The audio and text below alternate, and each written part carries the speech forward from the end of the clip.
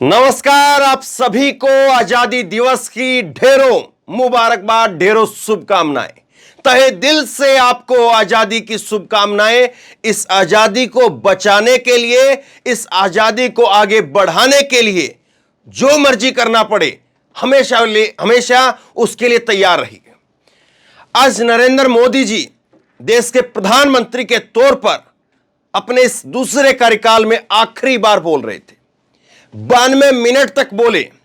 और जब उनके भाषण को मैं सुन रहा था और नोट डाउन कर रहा था आपके लिए, और क्या क्या उन्होंने बोला वो मैं अलग से निकालना चाह रहा था, तो मुझे अंतर करना बहुत मुश्किल हो गया था, या यूं कहें कि साफ साफ लगने लग गया था। अब आप इन दोनों में से किसी एक चीज को चुन लीजिए। यह तस्वीर आपने देखी है, अखबारों में इस तरह की तस्वीरें छपती हैं कि 6 अंतर निकालिए। दोनों तस्वीरें एक जैसी दिखती है, लेकिन उनमें से 6 अंतर होते हैं। इन 6 अंतरों को निकालना होता है। आज नरेंद्र मोदी जी जब लाल किले की प्राचीर से बोल रहे थे, तो मेरे लिए यह अंतर कर पाना मुश्किल हो रहा था कि वो देश के प्रधानमंत्री के तौर पर बोल रहे हैं या भाजपाई नेता नरेंद्र मोदी बोल रहे हैं। और कभी कभी तो ऐसा साफ तौर पर लग रहा था, और उन्होंने वो बात कह दी जो देश के किसी प्रधानमंत्री ने नहीं कही, आज तक नहीं कही। लाल किले की प्राचीर से खड़े होकर के कभी किसी ने नहीं कही, लेकिन वो बात नरेंद्र मोदी जी ने कह दी। 2024 में सीधे तौर पर वहां से अपने आप को घोषणा कर दी। देखिए, लाल किले का जो मंच है वो राष्ट्रनीति का मंच है। लाल किले पर खड़े होकर के देश का कोई भी प्रधानमंत्री रहा हो, उसने अपनी रिपोर्ट कार्ड पेश की है, लेकिन लाल किले के उस राष्ट्र मंच को राजनीति के मंच में तब्दील नहीं किया। लेकिन पहली बार ऐसा लग रहा है कि नरेंद्र मोदी जी ने लाल किले के मंच को राजनीतिक मंच में तब्दील कर दिया। और नरेंद्र मोदी जी ने कहा, उनके शब्दों को अगर आप सुनेंगे तो वो बार बार मैं, और उसके साथ साथ तो वो आगे मोदी पर चले गए। मैंने कभी किसी प्रधानमंत्री का ऐसा भाषण सुना नहीं जहां पर कोई प्रधानमंत्री कहे कि मोदी ने, मैं अपना खुद का नाम लेकर के, कि मोदी की गारंटी है, मोदी ने किया है, मोदी ने कर दिया है, ऐसा किसी ने कहा नहीं है। और लाल किले की प्राचीर से तो किसी ने नहीं कहा है, लेकिन मोदी जी बोलते रहे। मोदी जी तो यहीं पर नहीं रुके। मोदी जी कहते हैं कि लाल किले पर जो वो खड़े थे तो वो कह रहे थे कि उनको सपना भी आता है तो आप लोगों के लिए आता है, और पसीना भी बहाता हूं तो मैं आप लोगों के लिए बहाता हूं। उनके पूरे भाषण में अगर मैं शब्द निकाला जाए या मोदी शब्द निकाला जाए, तो देश के प्रधानमंत्री, किसी भी दौर में कोई भी प्रधानमंत्री रहा हो, उसके पूरे भाषण में इतने मैं नहीं रहे होंगे जितने मोदी के अकेले आज के भाषण में मैं रहे हैं, या मोदी शब्द रहा है। किसी प्रधानमंत्री ने मैं का इतना जिक्र नहीं किया होगा।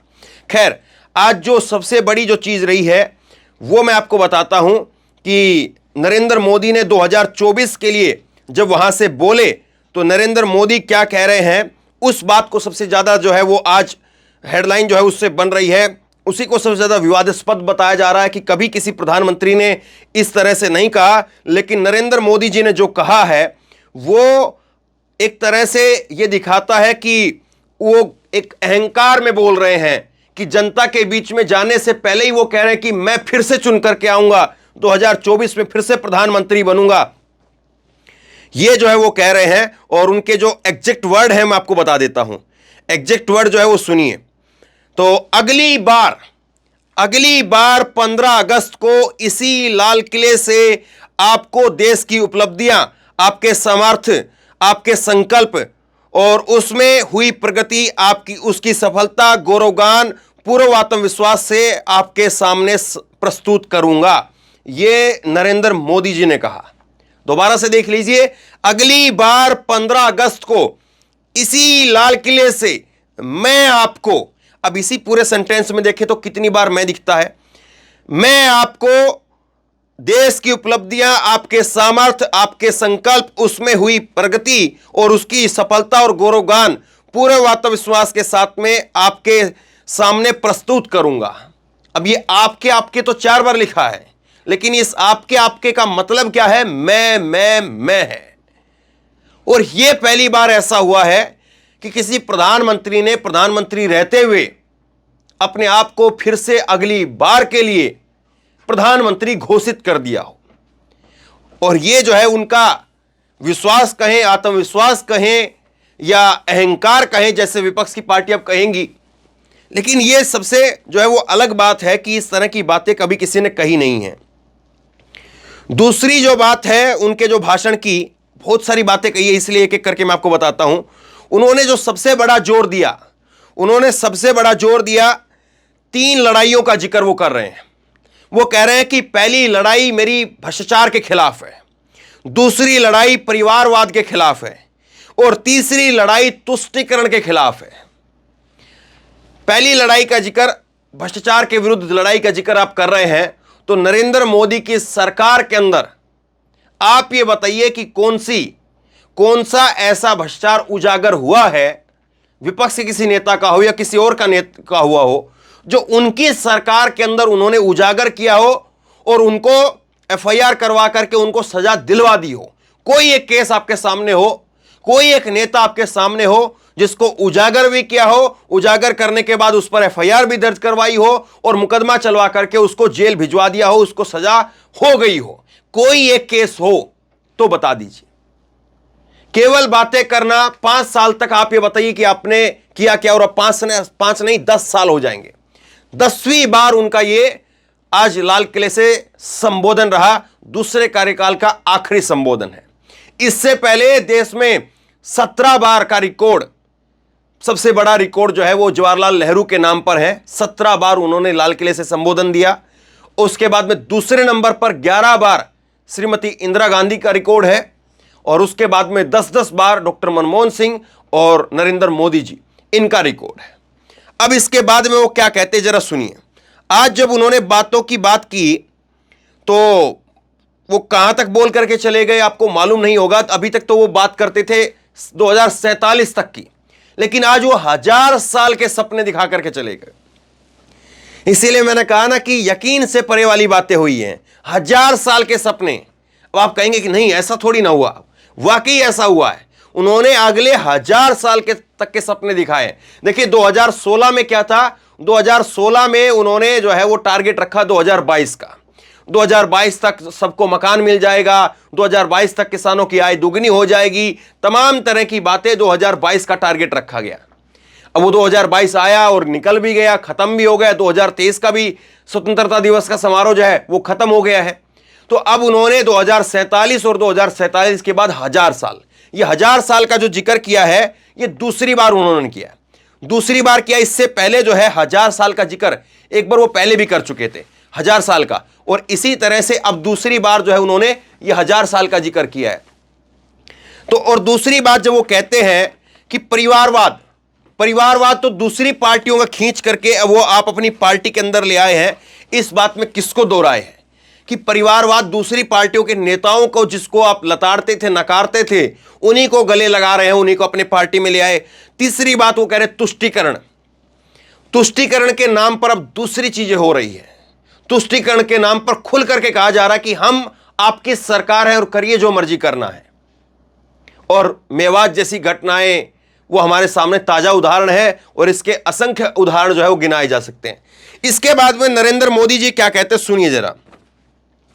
नरेंद्र मोदी जी कहते हैं कि मैं पसीना भी बहाता हूं तो आपके लिए बहाता हूं, और उसके साथ साथ वो कहते हैं कि मैं सपने भी देखता हूं तो आपके लिए देखता हूं। इस पर बड़ा शानदार जो है वो निपेंद्र मिश्रा ने लिखा है और उन्होंने कहा है कि इस बार 90 मिनट में सिर्फ मोदी ने सीधे ये नहीं कहा कि भाइयों बहनों कमल के निशान पर ईवीएम का बटन दबाना है, बाकी सब कह दिया। मतलब कि 90-92 मिनट तक जब वो बोलते रहे तो इस 92 मिनट में विपक्ष के ऊपर जितना हमला वो कर सकते थे उतना हमला उन्होंने किया और जितना अपना ढोल बजा सकते थे उतना अपना ढोल बजाया। और 2 तस्वीरें आप देखिए जरा, ये 2 तस्वीरें देखिए। इन तस्वीरों के अंदर जो है वो आपको विदेश मंत्री एस जयशंकर साहब वो सोते हुए नजर आ रहे हैं। महेंद्र इनके साथ में जो है वो भाजपा सांसद उत्तर प्रदेश से, वो सोते हुए नजर आ रहे हैं। इस दूसरी तस्वीर आप देखेंगे तो इसमें अरविंद केजरीवाल है, वो आंखें खोल करके जाग करके सुन रहे हैं, लेकिन उनके बगल में हरदीप पुरी साहब जो है वो सो रहे हैं। तो ये तो इनके भाषणों का हाल है कि लोग जो है वो सो जाते हैं और इनके मंत्री सो जाते हैं, इनके बड़े बड़े नेता सो जाते हैं। ये इनके जो है वो भाषण जिस तरह से संसद में हुआ तब भी यही हाल था और अब भी यही हाल है। दूसरी एक बार इस बार जो है एक नई चीज नरेंद्र मोदी लेकर के आए हैं। इस बार नरेंद्र मोदी जी लेकर के आए हैं वाइब्रेंट विलेज। ये देखिए आप, वाइब्रेंट बॉर्डर विलेज उन्होंने एक नए कार्यक्रम का नाम दिया है। इससे पहले आपको याद होगा एक आदर्श ग्राम योजना, जिसके तहत हर सांसद को एक गांव गोद लेना था, गोद लिए हुए गांव का विकास करना था, उसको विकसित गांव बनाना था। अब नरेंद्र मोदी का जो गोद लिया हुआ गांव है वाराणसी के अंदर, उस गांव का नाम मैं भूल रहा हूं, लेकिन मैंने उस गांव से आपको ग्राउंड रिपोर्ट दिखाई थी। उस गांव में कितनी सुविधाएं थी आपने देखा था। अभी भी कच्चा जो है वो कुएं हैं, कच्चे मकान हैं, तो कितनी सुविधाएं उसके अंदर, वो मैंने आपको दिखाया था। तो जब प्रधानमंत्री का गोद लिया हुआ गांव वो ठीक से चल नहीं पा रहे हैं, वो गोद लिए हुए गांव दौड़ नहीं पा रहे हैं अभी तक। अब एक नई चीज लेकर के आ गए हैं, वो लेकर के आ गए हैं कि वाइब्रेंट बॉर्डर विलेज, और वो कह रहे हैं कि हम जो है वाइब्रेंट बॉर्डर जो है वो बनाएंगे, वाइब्रेंट विलेज बनाएंगे, और इसके तहत जो है वो सीमावर्ती के जो आखिरी गांव थे उनको पहला गांव कहा जाएगा, आखिरी गांव नहीं गिना जाएगा। इस तरह की बातें कही। इसके बाद में उन्होंने जिक्र किया कि हम 2 करोड़ लखपति दीदियां बनाएंगे। 2 करोड़ लखपति दीदी। अब 2 करोड़ लखपति दीदी जब मैंने सुना तो मुझे 2 करोड़ फटाक से वो रोजगार याद आ गए कि जब मोदी जी ने कहा था कि हम हर साल 2 करोड़ रोजगार देंगे।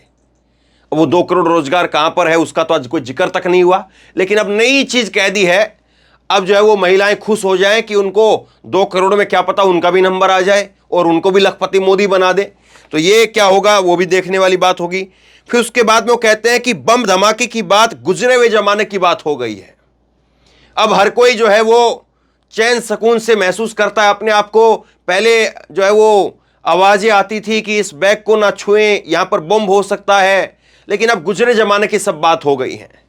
तो मुझे फटाक से वही चीज याद आ गई कि पिछली बार पुलवामा के नाम पर किसने वोट मांगे और पुलवामा किसके राज में हुआ और पुलवामा की जिम्मेदारी किसने ली, वो अभी तक देश पूछ रहा है। तो बम धमाके की बात और पुलवामा मुझे याद आ गया। इसके बाद में प्रधानमंत्री नरेंद्र मोदी वो कहते हैं कि हम उद्घाटन भी करते हैं और शिलान्यास भी करते हैं, ये उन्होंने कहा। लेकिन कितनी चीजें बनी हैं जो लोगों के काम आ रही हैं और कितनी चीजें बनी हैं जो उद्योगपतियों के काम आ रही हैं और कितनी चीजें ऐसी बनी हैं जो पहले की बनी हुई है लेकिन वो उद्योगपतियों के हवाले पहुंच गई है। मसलन कि उनको प्राइवेट करके, मसलन कि उनको जो है वो लीज पर दे करके, कितने रेलवे स्टेशन, कितने एयरपोर्ट, वो सब कुछ जो है वो उद्योगपतियों के हाथों में चले गए हैं और वो भी चुनिंदा उद्योगपतियों के हाथों में। तो वो भी मुझे याद आया। अब इसके बाद में वो कहते हैं कि मेरी गारंटी है लिख करके ले लो। ऐसी चीजें तो किसी प्रधानमंत्री ने शायद नहीं बोली होगी कि मेरी गारंटी है लिख करके ले लो, तीसरी अर्थव्यवस्था अगली बार में हम बना करके देंगे। इस तरह की बात कभी कभी हुई नहीं, लेकिन खैर नरेंद्र मोदी जी हैं और वो इस तरह की बात कह देते हैं। फिर उसके साथ साथ जो है नरेंद्र मोदी जी की कुछ और चीजें मैं आपको बताता हूं।